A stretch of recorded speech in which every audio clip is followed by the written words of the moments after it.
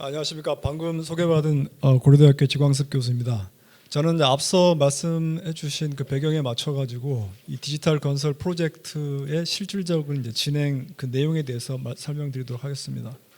네, 제가 말씀드릴 내용은 첫 번째 디지털 건설 기준 도입의 필요성에 대해서 간략하게 좀 말씀을 드릴 거고요.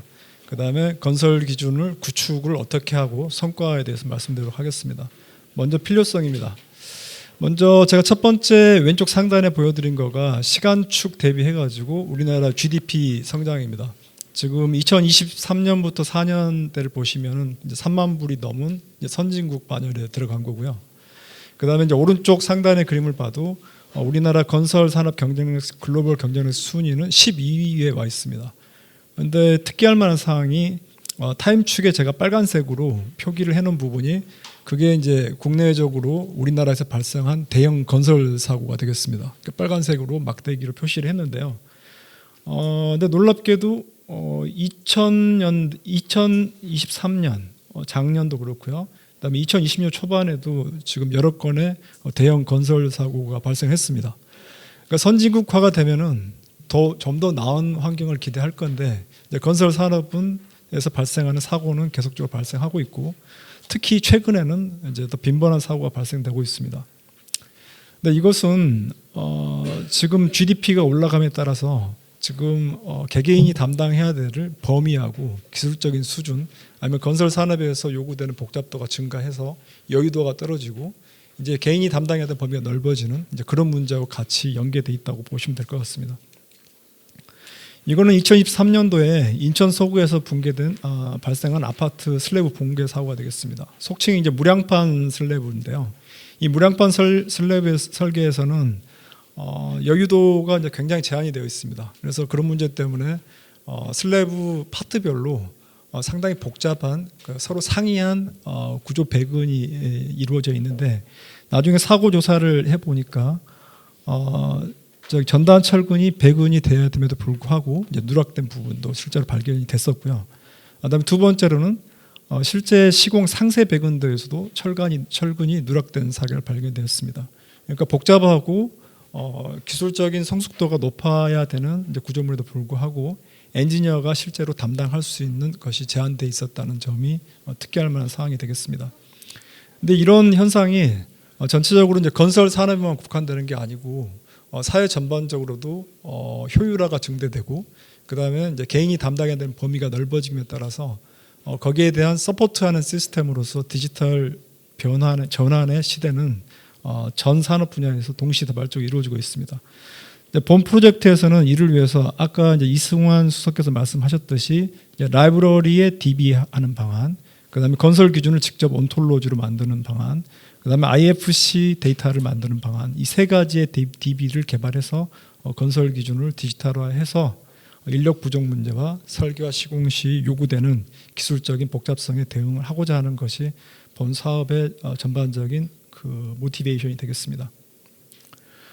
다음은 디지털 건설 기준의 DB를 구축하기 위한 전체적인 얼개에 대해서 설명드리도록 하겠습니다. 먼저 이제 왼쪽 상단에 있는 그림은 이제 건설 BIM 화면에서 볼 수 있는 건축물 프로젝트의 형상이 되겠습니다.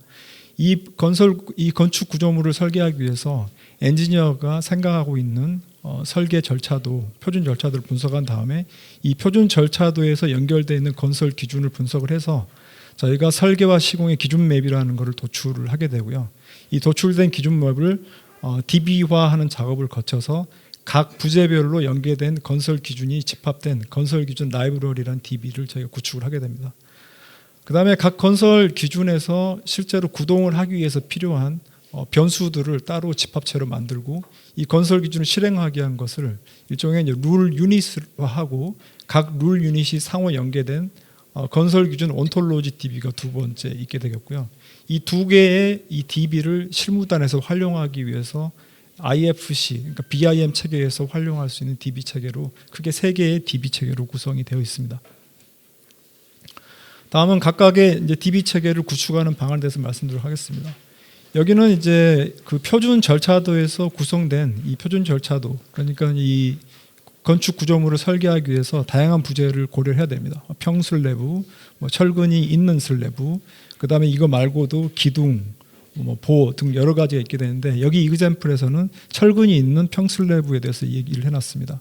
이 평슬래브에 대해서도 재료 강도도 봐야 되고 단면 검토도 봐야 되고 휨 강도, 전단 강도 등을 했는데 이 과정에서 각각 단계에서 이러한 건설 기준을 다 체크를 한 다음에 건설 이제 설계 프로젝트의 적정성을 확인하게 됩니다.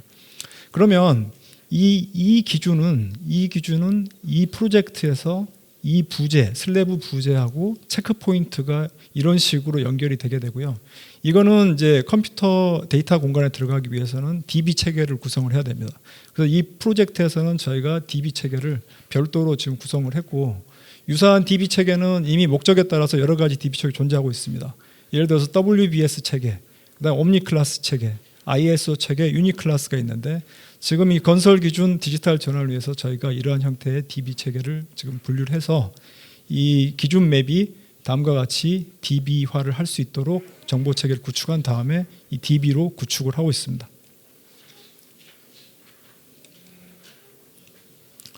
다음은 이제 구축 로드맵이 되겠습니다. 2023년과 2024년에는 교량하고 건축 분야, 도로, 철도, 터널 분야의 라이브러리를 구축했고요.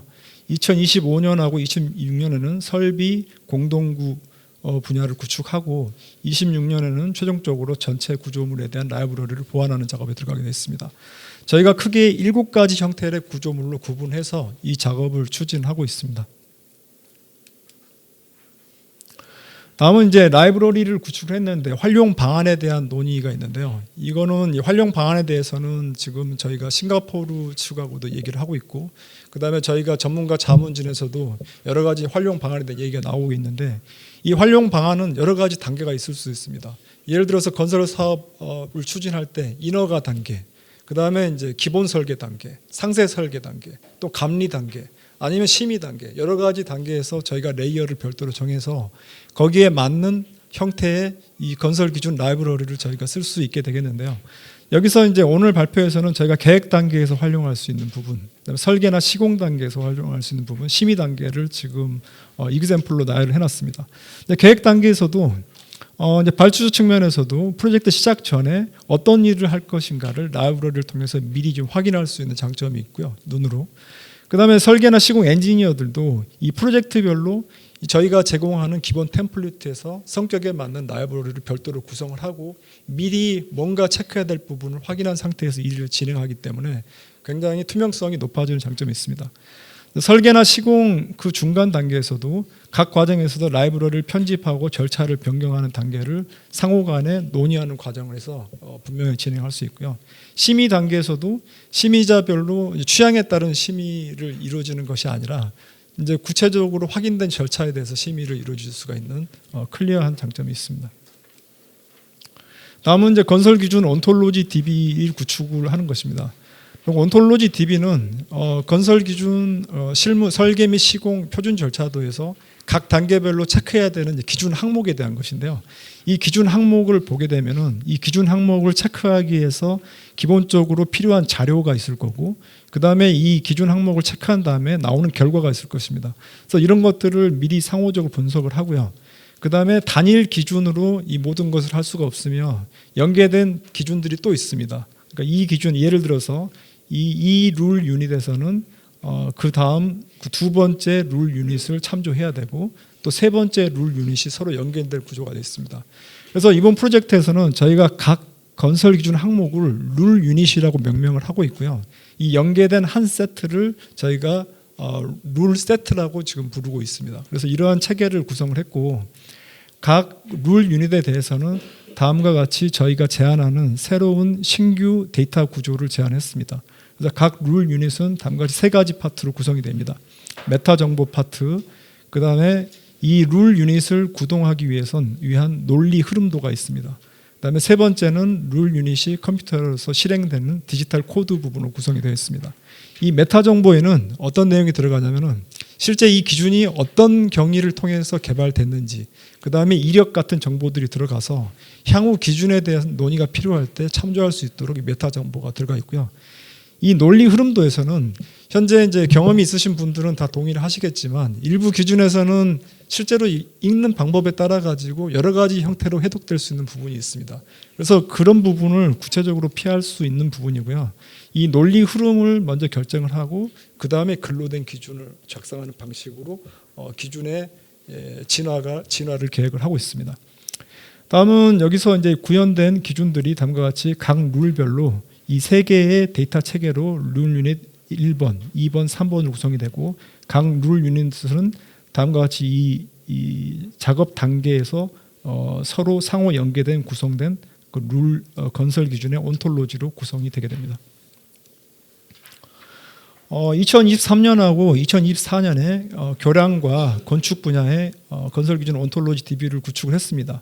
정량적인 개수를 말씀드리면 교량에서 설계와 시공단에서 약 900개 이상, 그다음에 600개 이상, 그 700개 가까이의 건설 기준 온톨로지 DB를 구축을 했고요. 건축에서도 마찬가지로 600개 이상의 건설 기준 온톨로지를 설계와 시공 파트에서 모두 구성을 했습니다. 다음은 건설 기준 온톨로지 DB 활용 방안입니다. 이 건설 기준의 온톨로지 DB 활용 방안은 명확합니다. 이제 건설 기준 항목 상호 간의 연계성을 저희가 디지털 DB 형태로 구축을 하고 있기 때문에 특정 부재 아니면 특정 건설 기준하고 연계된 모든 건설 기준을 저희가 검색을 할 수 있습니다.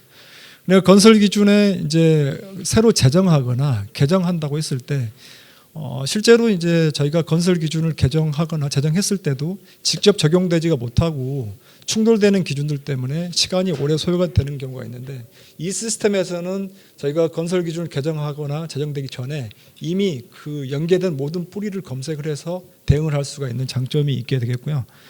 그다음에 이제 건설 실제 프로젝트 단계에서도 계획, 설계, 시공, 심의 단계에서 구체적으로 이 행위별로 연결되는 건설 기준을 미리 확인하고 거기에 대한 대응책을 확인할 수 있으며 그다음에 각종 인허가나 그다음에 실시 설계 단계에서도 매우 구체적으로 대응할 수 있는 장점이 있습니다.